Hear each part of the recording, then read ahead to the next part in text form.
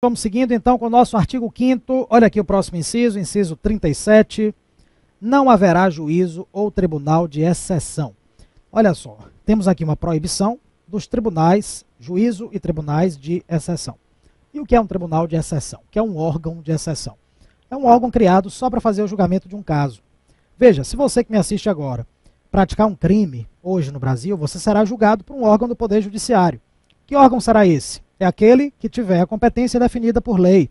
Seja ele qual for, ele não vai ser criado só para isso. Ele já está aí, antecipadamente criado para fazer julgamento de situações semelhantes, ok? Haveria um órgão de exceção se ele fosse criado exclusivamente sob encomenda, digamos assim, para fazer o julgamento de uma situação específica. Isso tornaria o julgamento casuístico, sob encomenda. É isso que a Constituição quer evitar, tá certo? Por isso a proibição dos tribunais de exceção. Esse inciso 37, ele vai ser complementado pelo inciso 53.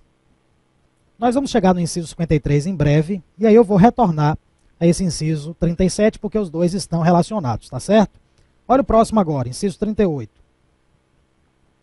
É reconhecida a instituição do júri, com a organização que lhe der a lei, assegurados a plenitude de defesa, o sigilo das votações, a soberania dos vereditos, a competência para o julgamento dos crimes dolosos contra a vida. Olha só, nós temos aqui uma referência à instituição do júri. Eu costumo dizer que o júri é aquela parte do direito que aparece nos filmes e nas novelas. É a parte mais teatral do direito. É mais fácil de ser colocada essa parte na ficção, ok? Na prática, o júri é composto pelos jurados, que são pessoas comuns, pessoas do povo, que podem ser convocadas a atuar como jurados em algum julgamento. Agora, o que é que o júri julga exatamente? Ele julga os crimes dolosos contra a vida. São aqueles crimes praticados com dolo, com intenção, e contra a vida ao mesmo tempo. Exemplo, homicídio. Quando o homicídio é doloso, quem vai julgar o acusado de ter praticado esse homicídio é o tribunal do júri, e não o juiz.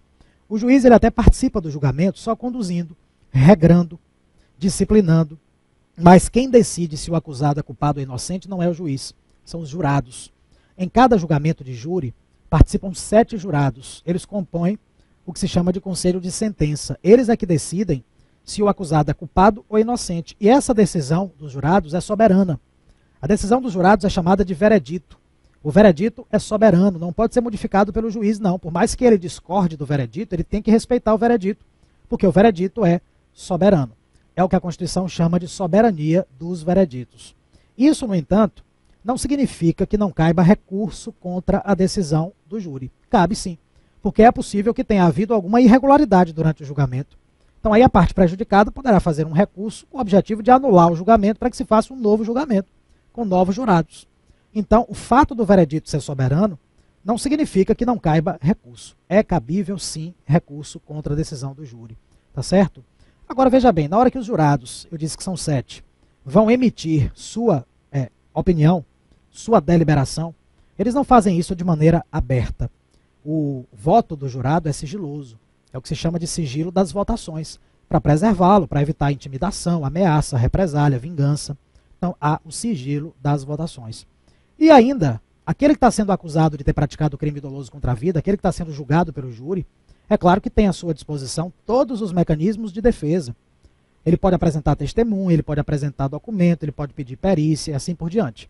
É o que se chama de plenitude de defesa. Ok?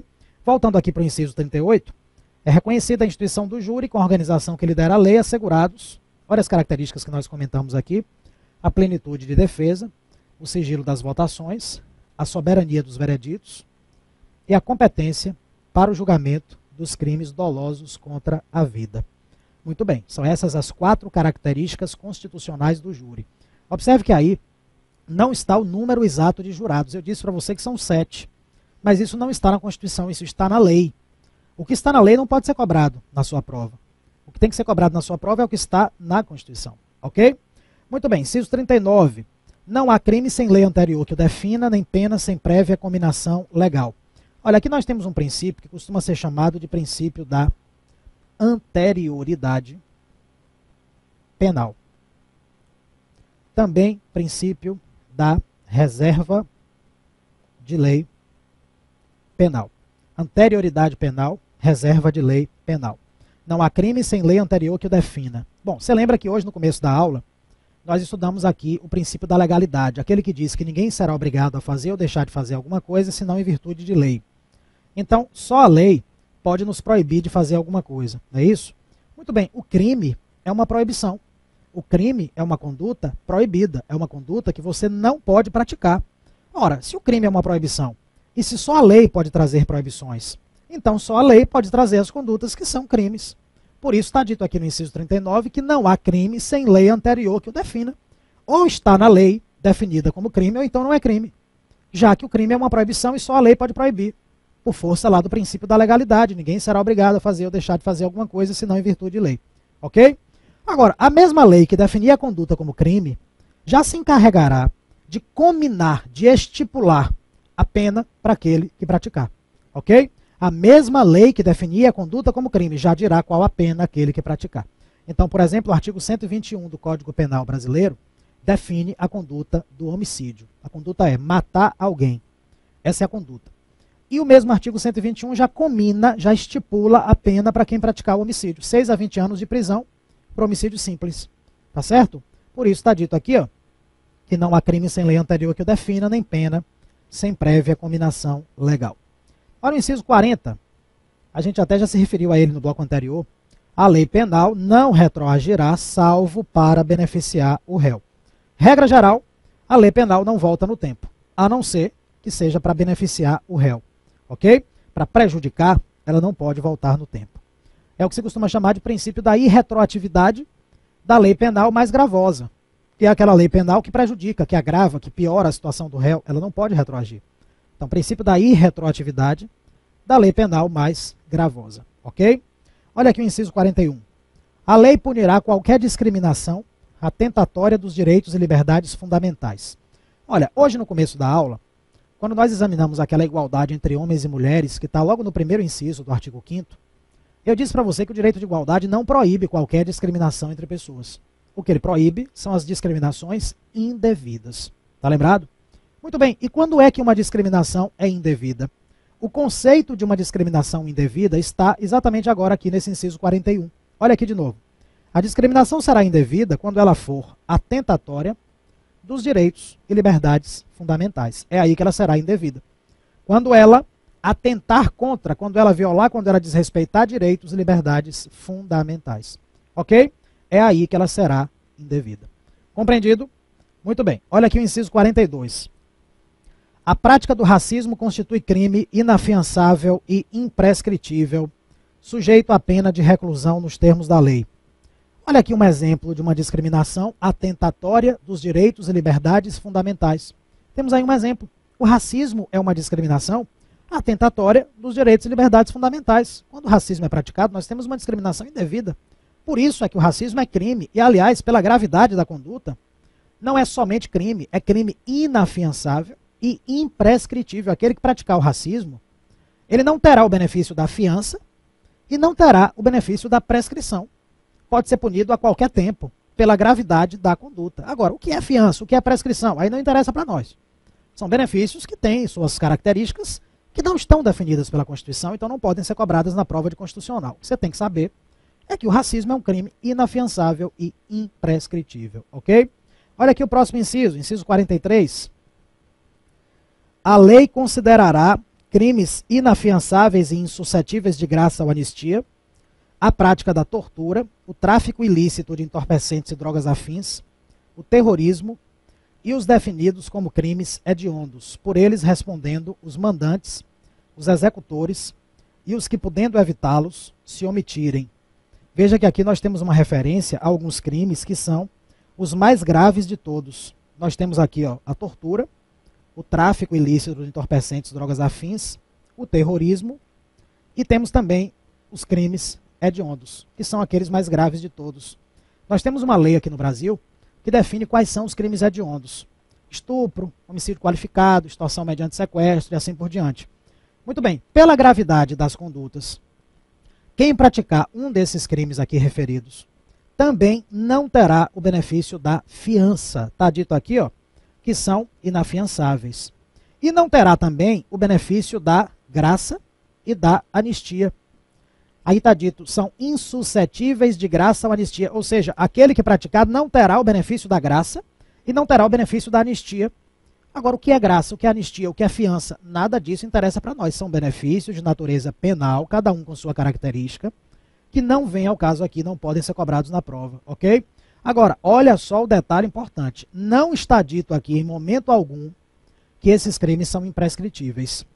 Lá no racismo, no inciso anterior, está dito que é inafiançável e também imprescritível. Aqui não está dito que são imprescritíveis esses crimes. Eles são também inafiançáveis como racismo, mas no lugar do imprescritível, o que foi que apareceu? Insuscetíveis de graça ou anistia. Ok? Muito bem. E para encerrar essa história desses crimes, olha aqui o inciso 44. Constitui crime inafiançável e imprescritível a ação de grupos armados, civis ou militares contra a ordem constitucional e o Estado democrático. Olha só, ação de grupos armados, que podem ser grupos civis ou grupos militares, contra a ordem constitucional e o Estado democrático. Aí nós temos nada mais, nada menos do que o conceito de golpe de Estado. O que é um golpe de Estado? É uma ação de um grupo, pode ser civil ou militar, armado, contra a ordem constitucional e o Estado democrático. Golpe de Estado, o Brasil já teve muito ao longo da sua história. Várias tentativas de golpe, algumas bem-sucedidas, outras não. O fato é que, em tempos de democracia, a ação de grupos civis armados ou grupos militares armados contra a ordem constitucional e Estado democrático é crime. E não só crime. Crime, olha aqui, inafiançável e imprescritível, ou seja, são as mesmas características do racismo. Percebeu? Inafiançável e imprescritível. Bom, vou fazer uma comparação rápida aqui. Veja bem, o inciso 42 é o que trata do racismo. O inciso 43 traz os 3 T's, terrorismo, tráfico e tortura, mais os hediondos. E o inciso 44, ele traz a ação de grupos armados, civis ou militares, contra a ordem constitucional e o Estado democrático. Vamos fazer uma tabela, eu vou colocar aqui 3 colunas. E nós vamos completar essa tabela, você vai copiar aí no seu caderno, porque ela vai te ajudar na revisão. Muito bem, nós estamos no âmbito do artigo 5º da Constituição Federal. Muito bem, aqui na primeira coluna eu vou colocar, ó, inafiançável. Na segunda eu vou colocar imprescritível. E na terceira eu vou colocar insuscetível de graça ou anistia. Muito bem, quanto ao racismo, quais são as características que ele tem? Ele é inafiançável e ele é imprescritível. O inciso 42 não diz que ele é insuscetível de graça ou anistia. Ok? Já os 3 T's, terrorismo, tráfico e tortura, e os hediondos, no 43, são também inafiançáveis, mas não está dito que são imprescritíveis. No lugar do imprescritíveis aparece o insuscetíveis de graça ou anistia. E a ação de grupos armados, civis ou militares contra a ordem constitucional e Estado democrático, inciso 44, lá está dito que são inafiançáveis e também imprescritíveis como racismo, mas não são insuscetíveis de graça ou anistia. Ok? Então, essa comparação, ela te ajuda muito na hora da prova. Cuidado com isso, porque isso já foi cobrado várias vezes e as questões misturam essas características aí. Ok? Voltando aqui, ó, nós temos agora o inciso 45. O que diz o inciso 45? Nenhuma pena passará da pessoa do condenado, podendo a obrigação de reparar o dano e a decretação do perdimento de bens ser, nos termos da lei, estendidas aos sucessores e contra eles executadas, até o limite do valor do patrimônio transferido. Olha, aqui nós temos um princípio que costuma ser chamado de princípio da personalização. Personalização da pena. Ou então, personificação da pena. Tanto faz. A pena não passa da pessoa do condenado. A pena ela é aplicada àquele que praticou o crime e não a terceiros. Não se estende a terceiros. Vamos imaginar que a pessoa tenha praticado um crime, tenha sido processada, julgada e condenada a 10 anos de prisão. Antes de sofrer, antes de cumprir os 10 anos de prisão, ela morre. Será que o herdeiro desta pessoa vai cumprir a prisão no lugar dela? É claro que não, né? Porque quem sofre a pena é aquele que praticou o crime. Morreu, ninguém mais vai sofrer a pena no lugar. A pena não se estende aos sucessores desta pessoa, aos herdeiros. Agora veja bem, o que pode ser estendido aos sucessores e contra eles executado é o aspecto econômico, que às vezes acompanha a condenação. O dever de indenizar, o dever de reparar o dano. Vamos imaginar que a pessoa estivesse condenada a 10 anos de prisão e também a pagar uma indenização de 10 mil reais. Morreu antes de cumprir a prisão e antes de pagar os 10 mil reais. Deixou 20 mil de herança. Dos 20 mil, 10 mil serão endereçados para o pagamento da indenização. Então veja, o aspecto econômico, o dever de indenizar, é estendido ao sucessor e pode ser contra ele executado, mas até o limite do valor do patrimônio transferido para ele. Vamos imaginar que a pessoa que morreu estivesse condenada a pagar uma indenização de 10 mil e só deixou 5 mil de herança. Será que o herdeiro vai ter que completar com mais 5 mil? Não. Não, porque isso significaria transferir a pena para ele, e é isso que a Constituição não quer. Na verdade, somente os 5 mil herdados é que serão dirigidos ao pagamento da indenização. O herdeiro não arca com o seu patrimônio pessoal, ok?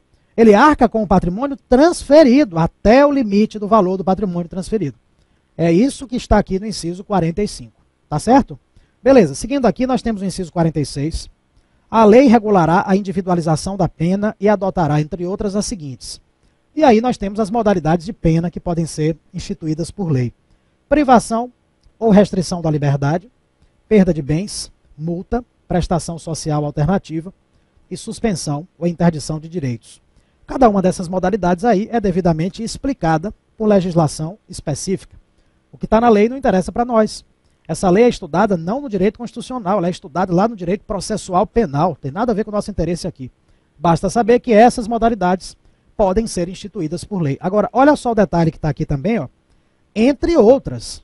Então essas não são as únicas, não. A lista aí é meramente exemplificativa e não taxativa, não exaustiva. São apenas exemplos de penas que podem ser instituídas por lei, ok? Muito bem, assim como esse inciso aqui traz as modalidades de pena que podem ser instituídas por lei, entre outras, o inciso seguinte traz as modalidades de pena que não podem ser instituídas por lei, estão proibidas no nosso país. Olha aqui o inciso 47. Não haverá penas, ou seja, está proibido, de morte, salvo em caso de guerra declarada, nos termos do artigo 84-19, de caráter perpétuo, de trabalhos forçados, de banimento e cruéis.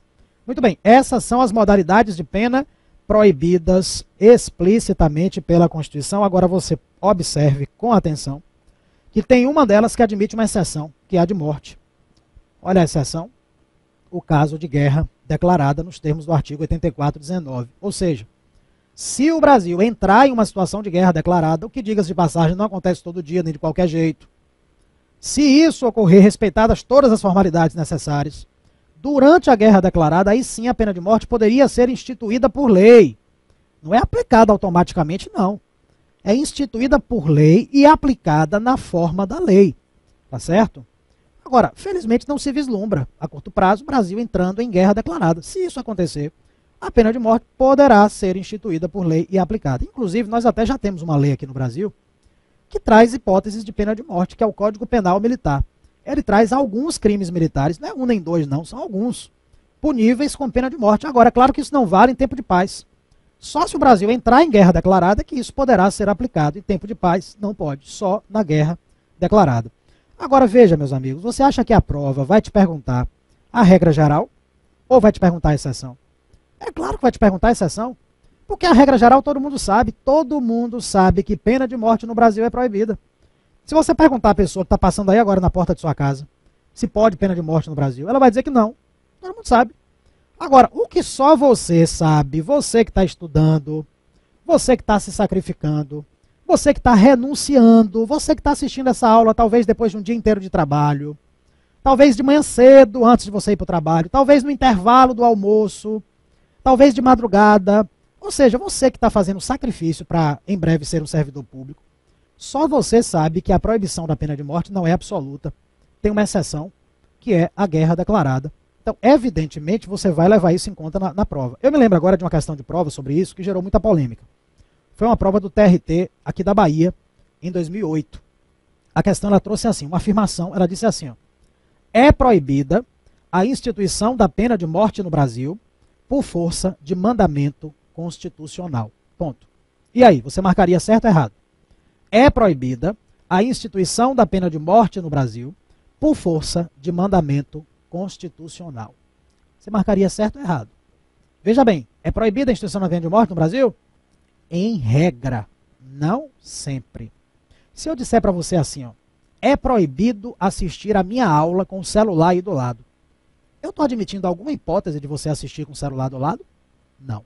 Eu estou trazendo uma proibição absoluta. Você não pode assistir com o celular do lado.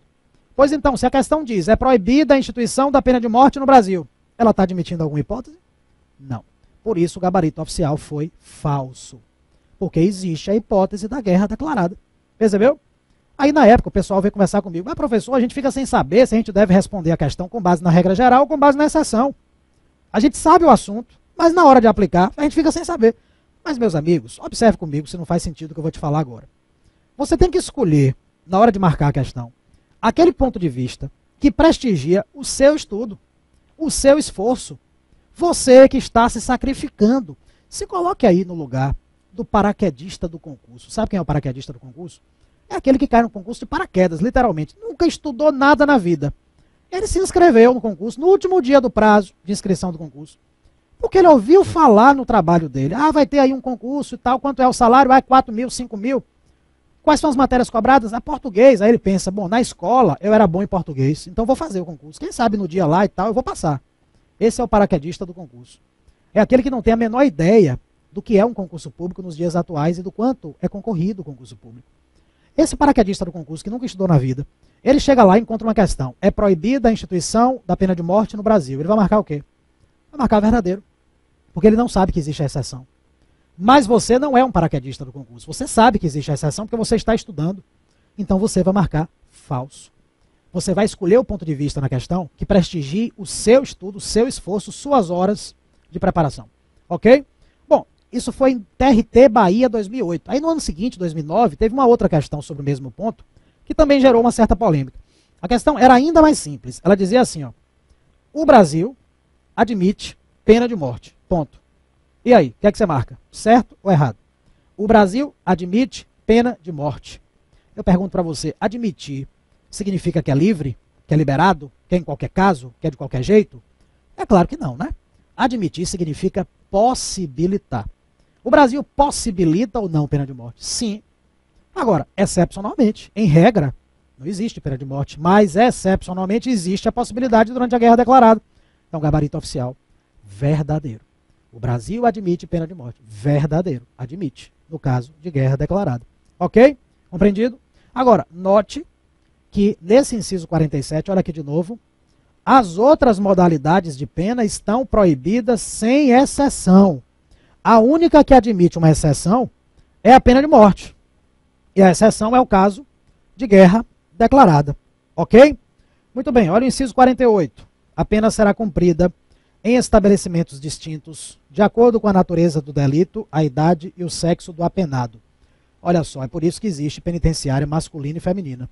Distingue-se o local de cumprimento da pena em função da natureza do delito, da idade e do sexo daquele que vai cumprir a pena. 49. É assegurado aos presos o respeito à integridade física e moral.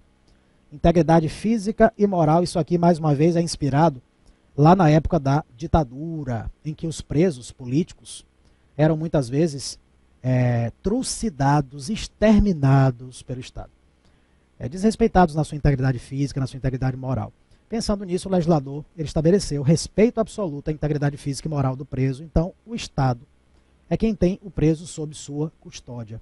Ele não pode tocar no fio de cabelo do preso. Claro que o preso que foi preso por praticar um crime pode e deve ser punido de maneira exemplar, mas não com violação da sua integridade física e moral. Ok? Então, inciso 49. Inciso 50. As presidiárias serão asseguradas condições para que possam permanecer com seus filhos durante o período de amamentação. Bom, é claro que o que se protege aí é o interesse do filho, né, que não pode ser prejudicado em razão do crime praticado pela mãe presidiária. Então, cabe ao Estado criar as condições para que este filho permaneça com a mãe presidiária durante o período necessário à sua amamentação. O Estado tem que criar essas condições, sejam elas quais forem. Ok? Inciso 51, ele trata da extradição. Ele diz quem é que pode ser extraditado pelo Brasil entre os brasileiros. E o que é essa tal extradição? Olha só, extradição é a entrega de alguém por um país a outro, sempre mediante solicitação do outro país, para viabilizar o cumprimento de alguma pena ou alguma punição por um crime praticado. Então, se a pessoa está aqui no Brasil e o Brasil extradita esta pessoa para o outro país, significa que o Brasil está entregando esta pessoa para o outro país porque o país solicitou para que lá ela seja punida por algum crime praticado. Isso é extradição, tem uma série de detalhes, uma série de regras que não estão na Constituição, estão em legislação específica, então não interessam para nós, ok? O que interessa para nós é o seguinte: quem entre os brasileiros pode ser extraditado pelo Brasil para o outro país? E quem entre os estrangeiros pode ser extraditado pelo Brasil para o outro país? Muito bem, em relação aos brasileiros, a regra é que o Brasil não pode extraditar brasileiros para o outro país. A regra é essa, só que existem duas exceções que valem só para o brasileiro naturalizado. Então, o brasileiro nato jamais pode ser extraditado pelo Brasil para o outro país. O naturalizado, em regra, também não, mas tem duas situações em que ele vai poder. Crime comum, praticado antes da naturalização, ou então comprovado envolvimento em tráfico ilícito de entorpecentes e drogas afins. Nesse caso, pode ser a qualquer tempo, ou antes ou depois da naturalização. Olha aqui comigo o inciso 51. Nenhum brasileiro será extraditado, regra geral, salvo o naturalizado, em caso de crime comum praticado antes da naturalização, ou de comprovado envolvimento em tráfico ilícito de entorpecentes e drogas afins na forma da lei. Então, as duas exceções colocadas aí valem só para o naturalizado, não valem para o nato, ok? E o 52 diz quem é que pode ser extraditado entre os estrangeiros. Olha, de modo geral, o Brasil pode extraditar estrangeiros, não tem muita dificuldade para isso, não. Tem alguns requisitos também trazidos por lei, que não vem ao caso aqui, mas de modo geral não tem grande dificuldade, não. Só que tem duas situações em que a Constituição resolveu proibir a extradição de estrangeiros. Olha aqui o 52. Não será concedida a extradição de estrangeiro por crime político ou de opinião. Então veja bem, por crime político ou por crime de opinião, o estrangeiro não pode ser extraditado pelo Brasil. Tirando essas duas situações, ele pode ser extraditado desde que presente os requisitos trazidos por lei. Ok? Agora, o que é crime político, professor? O que é crime de opinião? Não interessa para nós, sua prova não vale perguntar isso. Porque esses conceitos não são dados pelo direito constitucional, então eles não podem ser cobrados. O que sua prova vale perguntar é se é possível ou não que o Brasil extradite um estrangeiro por crime político. Ou então por crime de opinião. Você vai marcar que não é possível, ok? Tirando essas duas situações, é possível. Combinado dessa forma? Muito bem, então estamos terminando a nossa aula de hoje, esse nosso último bloco. Em breve nós estaremos de volta aqui. Demos uma boa adiantada no artigo 5º, falamos até o inciso 52, de um total de 78 incisos e 4 parágrafos. Na próxima aula nós vamos certamente concluir o artigo 5º, talvez já começar os direitos sociais, e assim nós vamos revisando o nosso conteúdo programático, que, como eu disse para você, não é muito grande não. Dá para a gente revisar em 4 aulas tranquilamente, ok? Quero agradecer sua atenção, sua dedicação, sua concentração, sua companhia. Tenho o maior respeito pelo seu esforço, pela sua renúncia. E conte comigo para o que você precisar, tá certo? Em breve eu vou estar de volta aqui para gravar a nossa segunda aula e as aulas seguintes. Um abraço para você, carinhoso, até a próxima aula.